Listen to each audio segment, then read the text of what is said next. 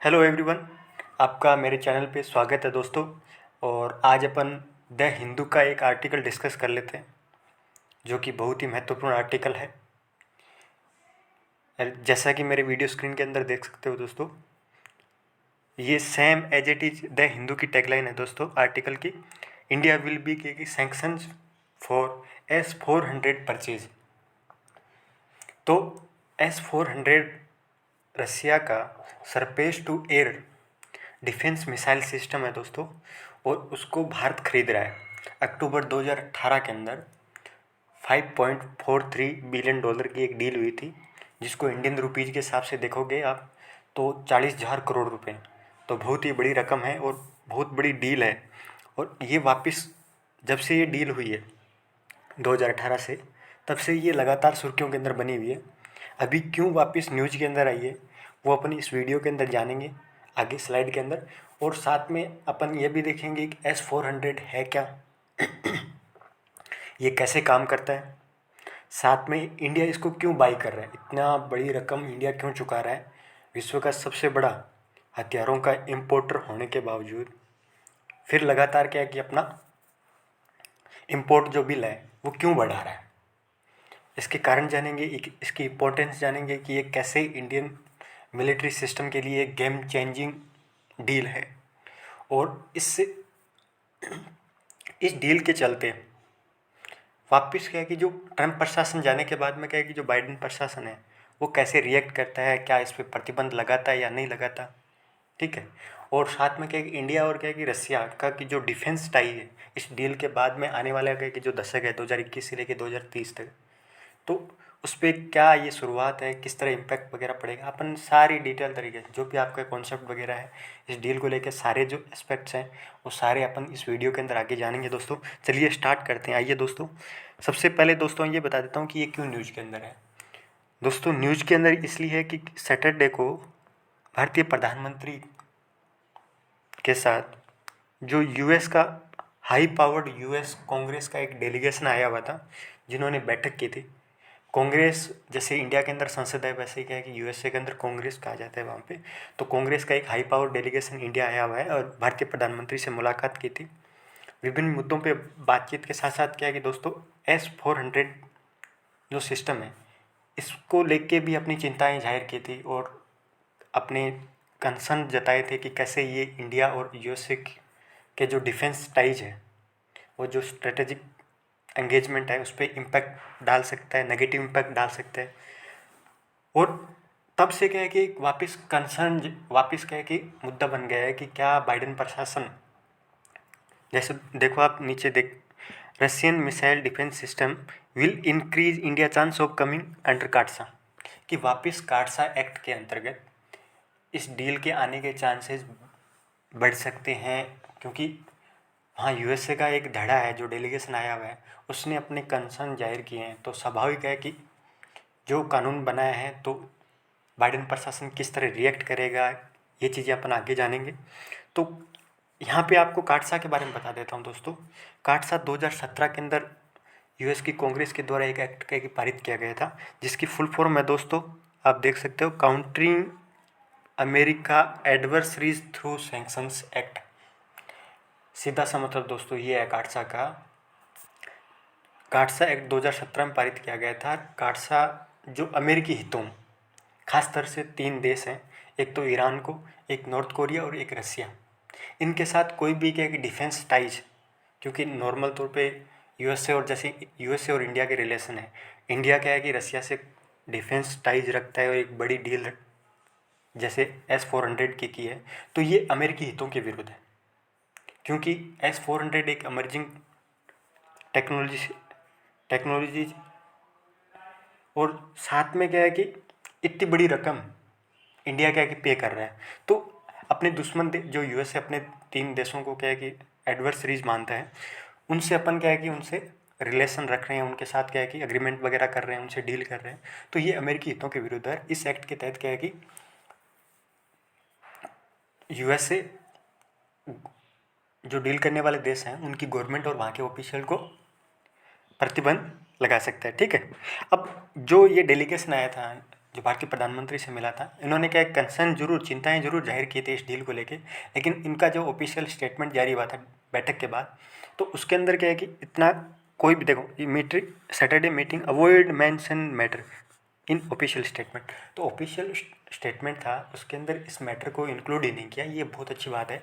ठीक है, राइज जरूर किया था, चिंताएं जाहिर की है, नेगेटिव इम्पैक्ट के बारे में बताया है, लेकिन क्या है कि अपना जो ऑफिशियल स्टेटमेंट है उसके अंदर जाहिर नहीं किया। तो ये चीज़ थी दोस्तों। अब आप देख सकते हो जो ग्राफ के अंदर ये इस तरह का दोस्तों S-400 है, ये रशिया का सिस्टम है। अब S-400 के बारे में अपन बात कर लेते हैं कि S-400 है क्या। देखो दोस्तों, S-400 इसको ट्रम्प भी कहा जाता है, और ये रशिया का जो S-300 था उसका अपग्रेडेड क्या की वर्जन है। ठीक है, और इसको इंडिया क्या है कि कितने हज़ार करोड़ रुपए में खरीद रहे हैं, 19,000 सॉरी 39,000 करोड़ रुपए में। ठीक है, ये मिसाइल सिस्टम है, ये परचेज कर रहे हैं। ठीक है, ये क्या करेगा, इसकी रेंज S-400 दे रखा है, तो मतलब ये है कि ये 400 किलोमीटर की रेंज तक ये हिट कर सकता है, टारगेट को डिस्ट्रॉय कर सकता है। ये कोई भी होस्टाइल एयरक्राफ्ट हो, कोई स्टिल्थ के कि फाइटर हो, कोई मिसाइल हो या ड्रोन हो, ठीक है, उनको ट्रैक करेगा, ट्रेस करेगा और ऑब्जेक्ट को टारगेट करने का काम करता है। तो ये इस तरह एक एडवांस टेक्नोलॉजी है, एडवांस क्या है कि रडार सिस्टम है इसके अंदर, और ये अपने टारगेट को क्या है कि अब ये कैसे काम करता है। S-400 के अंतर्गत जो अपन ने ये बात कर ली कि ये क्या है, ठीक है, ये एक सरफेस टू एयर मिसाइल है दोस्तों। ठीक है, और ये दोस्तों 5 मिनट के अंदर अंदर 80 टारगेट्स हिट कर सकता है। तो ये इतना एडवांस है, आप इससे अंदाज़ा लगा सकते हो कि 5 मिनट के अंदर अंदर क्या है कि 80 टारगेट को हिट कर सकता है, वो भी 400 किलोमीटर के दायरे के अंदर। ये काम कैसे करता है दोस्तों, ये 4 स्टेज है इसकी, जो पूरा सिस्टम है। सिस्टम के अंदर क्या है कि 4 चरण है, कैसे शुरुआत से लेकर टारगेट को क्या है कि डिस्ट्रॉय करने तक कैसे काम करता है दोस्तों, मैं आपको बताता हूँ। सबसे पहले क्या करता है, इसके एक ये रहता है, लॉन्ग रेंज सर्विलेंस रडार रहता है। लॉन्ग रेंज सर्विलेंस रडार रहता है, जिसका काम क्या रहता है दोस्तों, ट्रैक ऑब्जेक्ट और रिले इंफॉर्मेशंस। पहले तो क्या है कि जो भी ऑब्जेक्ट है, ठीक है, उसको क्या है कि क्या करना, ट्रैक करना, और फिर उसकी जो इन्फॉर्मेशंस है, उसकी इन्फॉर्मेशन यहाँ पे सेकंड नंबर पर क्या है, सेकंड स्टेज पर क्या है, कमांड एंड कंट्रोल व्हीकल है रहता है, उसको इन्फॉर्मेशन क्या है कि देना। जब इसके पास जब कमांड और कंट्रोल व्हीकल्स रहता है, उसके पास जब इंफॉर्मेशंस आ जाती है, तो ये क्या करता है, असेसमेंट करता है कि टारगेट आइडेंटिफाइड, पहले तो टारगेट की पहचान करता है, फिर क्या है कि command vehicle order to missile launch. अच्छी तरीके से क्या है कि जब इंफॉर्मेशंस आती है उसको क्या है कि आइडेंटिफाइड करके, उसका एसेस करके ऑब्जेक्ट कितना डेंजरस हो सकता है, और फिर क्या है कि मिसाइल लॉन्च का निर्देश देता है। ठीक है, उसके साथ साथ ही क्या है कि एक टारगेट क्या है कि गाइडेंस क्या है कि रडार भी रहता है साथ में, जो क्या करता है कि भाई जब कंट्रोल व्हीकल है, ये जो कंट्रोल व्हीकल है, इसने क्या है मिसाइल लॉन्च को एक निर्देश दे दिया कि आप मिसाइल दाग दो। मिसाइल दागने के बाद जो ऑब्जेक्ट, जब तक ऑब्जेक्ट डिस्ट्रॉय होता है तब तक क्या है कि जो भी लॉन्च डाटा हो गया या फिर रिलीज सरफेस टू, जैसे मिसाइल वगैरह क्या है कि सरफेस टू एयर रिलीज हो जाती है ऑब्जेक्ट को हिट करने के लिए, तो ये क्या करता है, ये जो तीसरे नंबर का जो चरण रहता है, ये टारगेट क्या करता है, गाइडेंस प्रदान करता है। जब मिसाइल जाती है उसको क्या है कि एंगेजमेंट करता रहता है कि उसके साथ कि उसको जो भी डाटा वगैरह है, कैसे किधर जाना है, मूवमेंट के बारे में, कि ऑब्जेक्ट के मूवमेंट के बारे में सारा कुछ डाटा मिसाइल लॉन्च होने के बाद देना चालू कर देता है। तो ये 4 चरण के अंदर काम करता है, और बहुत ही स्टीक और महत्वपूर्ण रहेगी। ठीक है, सिस्टम है ये। आगे चलिए दोस्तों, ये आप देख सकते हो 2018 के अंदर, अक्टूबर के अंदर इंडिया रसिया का नई दिल्ली के अंदर एक शिखर सम्मेलन हुआ था, और हर साल शिखर सम्मेलन होता है। अभी 2021 के अंदर दिसंबर के अंदर व्लादिमीर पुतिन है जो रूस के राष्ट्रपति हैं, वो भारत आ रहे हैं, ठीक है, एनुअल समिट के लिए। ये 2018 के अंदर, अक्टूबर 2018 के अंदर ये डील हुई थी, वो भी एक समिट के दौरान। वो डील कितनी है, $5.43 बिलियन की डील है। ठीक है, 39,000 करोड़ रुपए की। ये कैसे ऑपरेट करती है, मैंने आपको बताया था कि लॉन्ग रेंज सर्विलेंस, पहले चरण के अंदर लॉन्ग रेंज सर्विलेंस रडार रहता है, फिर कंट्रोल एंड कमांड व्हीकल्स रहता है, फिर वो मिसाइल लॉन्च के लिए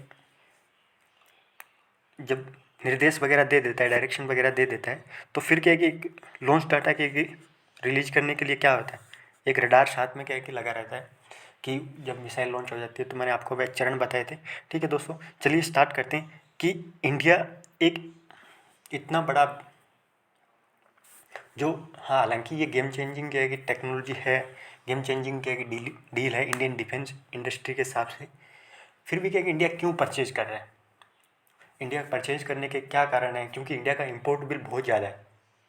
आप देखोगे रक्षा क्षेत्र के अंदर इतना बड़ा विश्व के अंदर इतनी बड़ी कंट्रियां हैं, उसमें इंडिया सबसे ज़्यादा हथियार परचेज करता है। अपना जो महत्वपूर्ण क्या है कि जो मनी वगैरह है वो क्या है कि खर्च करता है। तो कारण क्या है, इस डील पे 40,000 करोड़ रुपए खर्च कर रहा है। इतने विरोध होने के बाद यूएस से लगातार क्या है कि ट्रम्प प्रशासन था वो लगातार इम्पोज किया था, दबाव डाल रहा था, सेक्शन लगाने के प्रतिबंध धमकी दी थी। फिर भी इंडिया स्वतंत्र विदेश नीति, हाँ सभी देश क्या है कि संप्रभु देश है और उनको हक है कि दूसरे देशों के साथ बायलैटरल रिलेशनशिप मेंटेन करना, बट क्या है कि इतने प्रेशर, रियलिस्टिक तौर पे देखो, इतने प्रेशर के बावजूद भी क्या है कि इंडिया आगे बढ़ रहा है। ठीक है, साउथ कोरिया था उसने डिनाई कर दिया था अमेरिकी प्रेशर में, इंडिया ने नहीं किया। इसके कारण क्या है कि सबसे पहला कारण दोस्तों, हेजमोनिक पावर के लिए। आपको पता है हेजमोनिक पावर क्या रहती है, इंडिया क्या है कि अपना एम कर रहा है, इंडिया जैसे जैसे क्या है कि आने वाले क्या है कि दशकों के अंदर खुद को एक सुपर पावर या हेजमोनिक पावर के तौर पर स्टेब्लिश कर रहा है। और हेजमोनिक पावर किससे आती है, यदि आप किसी भी कंट्री है उसकी हेजमोनिक पावर है, जैसे यूएस है उसकी हेजमोनिक पावर है, तो उसका आंकलन करोगे तो क्या करो कि वो उसकी जो डिफेंस टेक्नोलॉजी है, डिफेंस के क्षेत्र के अंदर एक मतलब एक कंपोनेंट के अंदर देखोगे, रक्षा भी एक जो डिफेंस सेक्टर है वो भी एक महत्वपूर्ण कंपोनेंट है, क्योंकि सुरक्षा के दृष्टिकोण से, और तभी तो वो सुपर पावर, हार्ड पावर के तौर पे कहलाएगा। तो हेजमोनिक पावर को तभी बरकरार रह सकती है जब उसके पास एडवांस इक्विपमेंट हो, उसका डिफेंस सिस्टम लगातार अपग्रेडेड हो। ठीक है, और आसपास के देशों के तुलना में विश्व के स्तर पर क्या है कि बहुत कम देशों के पास में हो। ठीक है, तो हेजमोनिक पावर अपनी क्या है कि बढ़ाने के लिए, हेजमोनिक पावर को दुनिया को क्या है कि दिखाने के लिए इंडिया क्या है कि S-400 surface to air missile system Russia से खरीद रहे हैं। सेकंड चीज़ क्या है दोस्तों, अपना क्या है कि मिलिट्री सिस्टम भी, जो इंडिया का क्या है कि आप जो डिफेंस मिलिट्री सिस्टम में देखोगे तो जो एरियल मिलिट्री सिस्टम में के अंदर जिस तरह का वारफेयर सिस्टम अभी चेंज हो रहा है, जैसे ड्रोन अटैक हो रहे हैं, या जो हवा हवा से हवा के अंदर क्या है कि जो लड़ाई वगैरह का जो प्रारूप है, जैसे वॉरफेयर सिस्टम है, वो लगातार क्या है कि चेंजेज हो रहा है। काफ़ी सारी एडवांस क्या है कि टेक्नोलॉजी आने के बाद में क्या है कि ये जो क्षेत्र है वो बहुत ज़्यादा क्या है कि एडवांस टेक्नोलॉजी की आवश्यकता है इंडिया को। तो स्ट्रेटजिक अदर सेक्शन जैसे भारतीय जो थल सेना है या नौसेना है, उनकी तुलना में इंडिया की क्या है कि जो वायुसेना है, जो एरियल पावर है इंडिया की, वो थोड़ी कमज़ोर है। तो इसीलिए क्या है कि इंडिया चाहता है कि जो स्ट्रेटेजिक जो मिलिट्री सिस्टम है उसको अपग्रेड किया जाए। ठीक है, उसमें जो नई टेक्नोलॉजी है उनको इंक्लूड किया जाए। ठीक है, और जैसे राफेल सिस्टम इंडिया चौथी पीढ़ी के लिए जो लेके आए, ये क्या है, एक तरह का इंडिया अपनी क्या है कि जो मिलिट्री सिस्टम है उसको क्या करना चाहता है, इंप्रूवमेंट करना चाहता है, अपग्रेड करना चाहता है, एडवांस रखना चाहता है टाइम टू टाइम।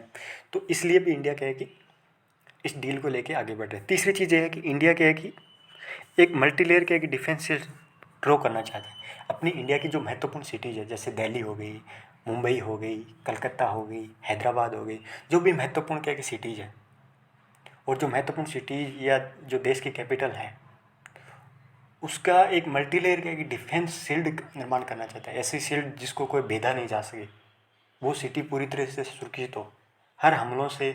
उसको 3 से 4 लेयर के अंदर क्या है कि, जैसे इंडिया के बारे में आपको एग्जांपल देता हूँ। इंडिया क्या है कि 4 प्रकार का क्या है कि डिफेंस क्या है कि शील्ड का निर्माण करना चाहता है। जो देश की कैपिटल्स हैं, जो वाणिज्य कैपिटल वगैरह हैं, कलकत्ता हो गई, जो महत्वपूर्ण सिटीज़ हैं, ठीक है, जिनमें स्ट्रेटेजिक इंफ्रास्ट्रक्चर पाया जाता है। ठीक है, तो उनको इंडिया मल्टीलेयर शील्ड का निर्माण कर रहा है, ताकि क्या है कि कोई उनको भेद ना सके।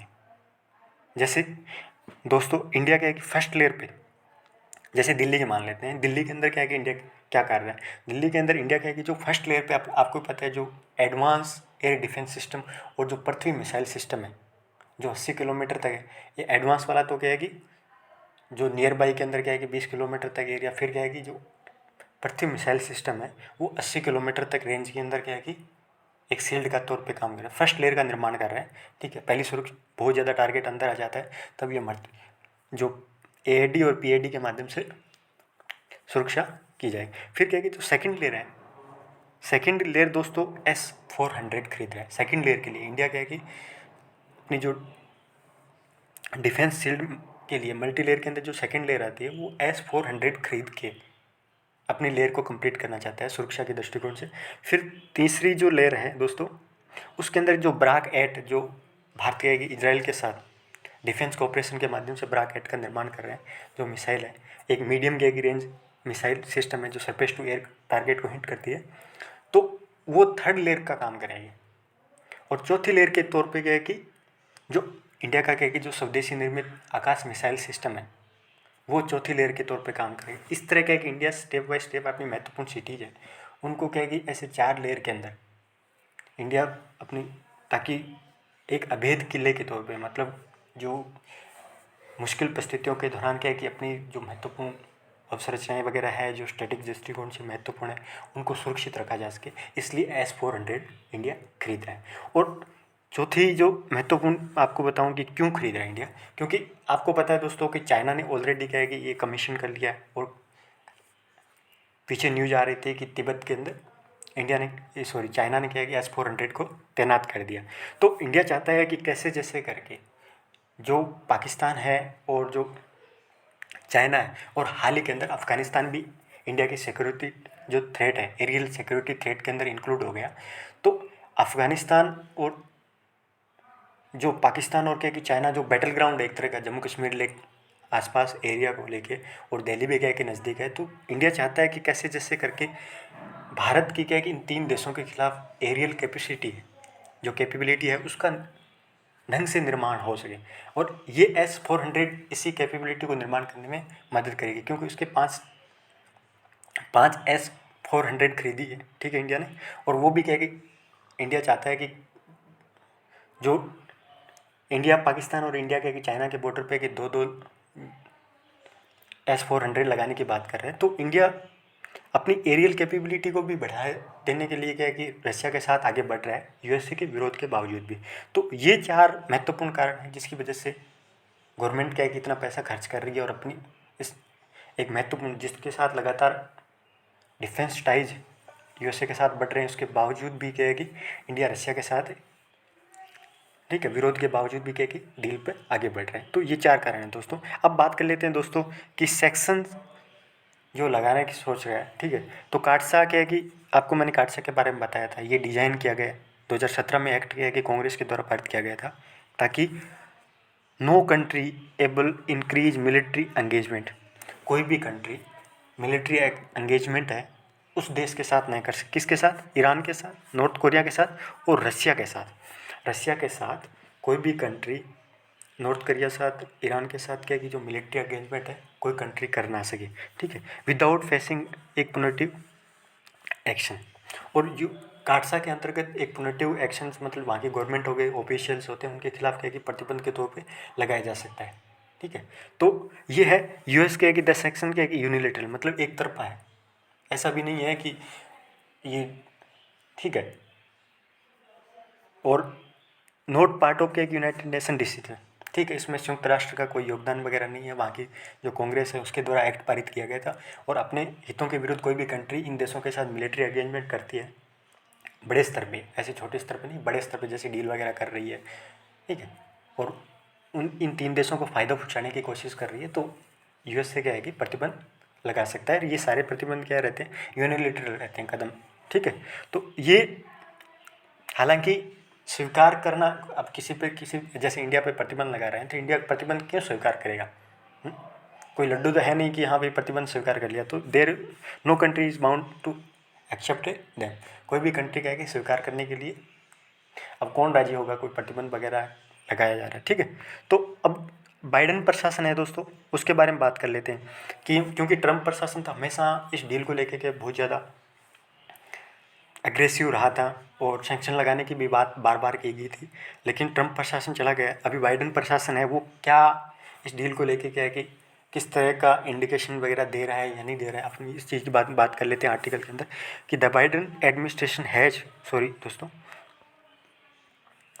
द बाइडन के एक administration not given any indication of, ठीक है, इस डील को लेके कोई इंडिकेशन वगैरह दिया भी नहीं, ठीक है, अभी तक, ठीक है। और पीछे क्या है कि लास्ट मंथ के अंदर क्या है कि यूएस का जो डेप्यूटी सेक्रेटरी ऑफ स्टेट है, ठीक है, जो वेंडी के शर्मा आए थे, उन्होंने इतना जरूर कहा था कि S-400 is dangerous and nobody की सिक्योरिटी इंटरेस्ट, ठीक है। तो S-400 जो मिसाइल सिस्टम है ये बहुत ज़्यादा खतरनाक है और ये किसी के हित में नहीं, इतना जरूर बोला था, स्टेटमेंट दिया था, लेकिन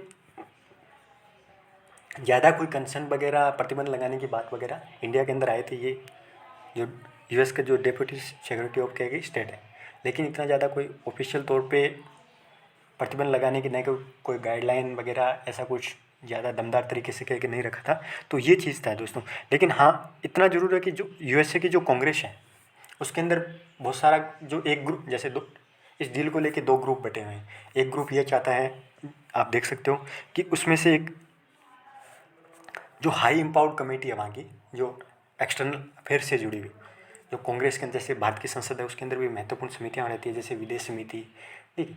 तो वहाँ की जो विदेशी मामलों से संबंधित क्या है कि जो कमेटी है उसके चेयरमैन, जो बहुत ही इम्पावर्ड कमेटी है, उसके चेयरमैन भी क्या है कि ये चाहते हैं कि कैसे जैसे करके गया है कि, और साथ में कुछ डेमोक्रेट्स, कुछ रिपब्लिकन्स ये चाहते हैं कि बाइडन प्रशासन क्या है कि कंसिडर करे इंडिया को स्पेशल बिहेवियर की। वो एक ग्रुप ये चाहता है कि इंडिया को क्या है कि जो बाइडन प्रशासन है वो छूट दे, स्पेशल तौर पे क्या है कि बिहेवियर दे। क्यों? क्योंकि इंडिया इंपॉर्टेंस रखता है एक डिफेंस पार्टनर। आप ही ने तो क्या है कि जो कांग्रेस है वहाँ की, उसमें इंडिया को एक मेजर क्या है कि डिफेंस पार्टनर का दर्जा दिया है बिल पारित करके।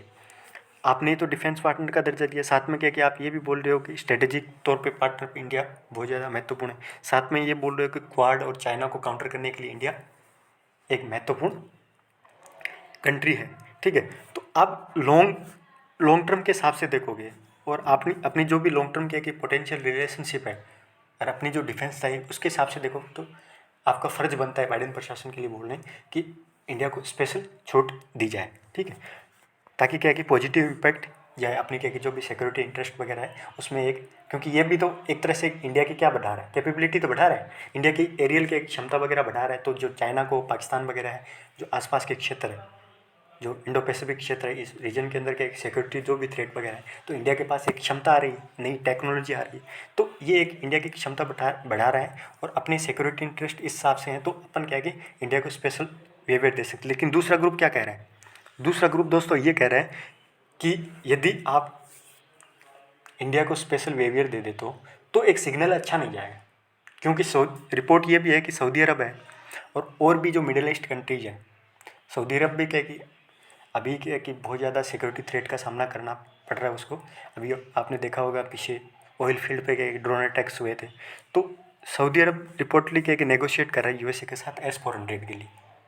S-400 है, तुर्की है जिसने क्या कि एंगेजमेंट के लिए आगे बढ़ रहे हैं। तो बहुत सारे ऐसे देश हैं जो यूएसए के रलाई पार्टनर है, महत्वपूर्ण देश हैं, यूएसए के साथ घनिष्ठ संबंध है।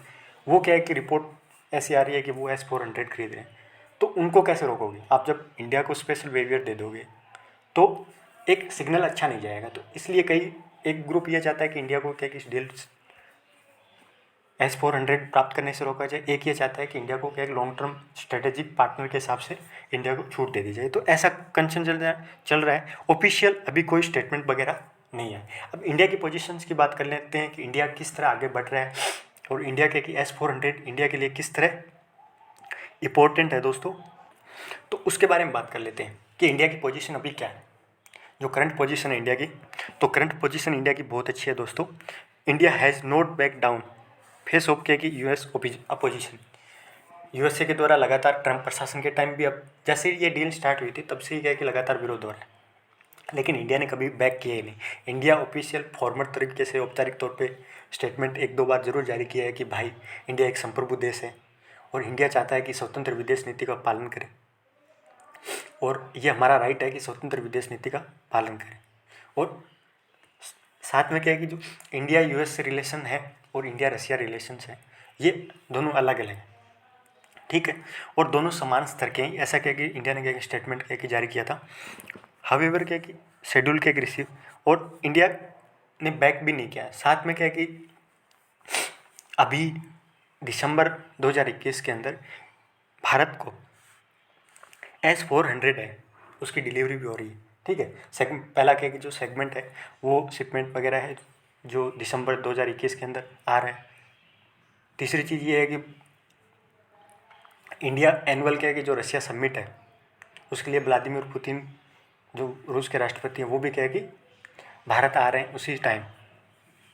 तो इंडिया लगातार क्या है कि शेड्यूल टाइम के हिसाब से क्या है कि इनको जो S-400 है उसको प्राप्त करने के अंदर लगा हुआ है। और अभी दुबई के अंदर क्या है कि साथ में क्या है कि ये भी देखो, तो two team of technician from Indian air force were train on the system by the manufacturer. जो S-400 की जो विनिर्माता कंपनी है उसके द्वारा 2 जो टेक्नीशियन टीम है इसको इंडिया के अंदर आएगी, इसको कैसे इम्प्लीमेंट करना है, कैसे इसको सेटअप वगैरह सारा कुछ करना है, इसकी 2 टेक्निकल जो टीम वगैरह है वो इंडियन एयरफोर्स की कहेगी। वहाँ की जो मैन्युफैक्चर कंपनी अल्फाज है शायद तक, ठीक है, तो उस अल्माज एंटनी ये मैन्युफैक्चरिंग कंपनी है और ये क्या है कि ट्रेन भी कर रही है। तो इंडिया क्या है कि लगातार इस दिशा के अंदर बढ़ रहा है। और आगे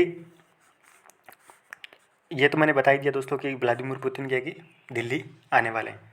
ठीक है, और साथ में जब जैसे जैसे उस टाइम जब डील की गई थी तब इंडिया ने क्या है कि इंडिया और क्या है कि जो रशिया है उन्होंने ये भी डिसाइड कि डॉलर के अंदर ट्रांजेक्शन नहीं हो तो कोई दिक्कत नहीं है, रुपये के अंदर भी ट्रांजेक्शन सम पॉसिबिलिटी वगैरह देखी गई थी। तो इंडिया यहाँ तक भी जाने के लिए तैयार था। Russia has started deliver as from surface to air missile system going planned. ये अभी जो रशिया के director federal service for military technical cooperation के जो डायरेक्टर हैं उन्होंने अभी दुबई के अंदर एयर शो हुआ था और वहाँ भी यही बोला था कि इंडिया को जो S-400 है वो एकदम स्टीक टाइम पे जो जो डिसाइड किया गया था उस टाइम क्या है कि इंडिया को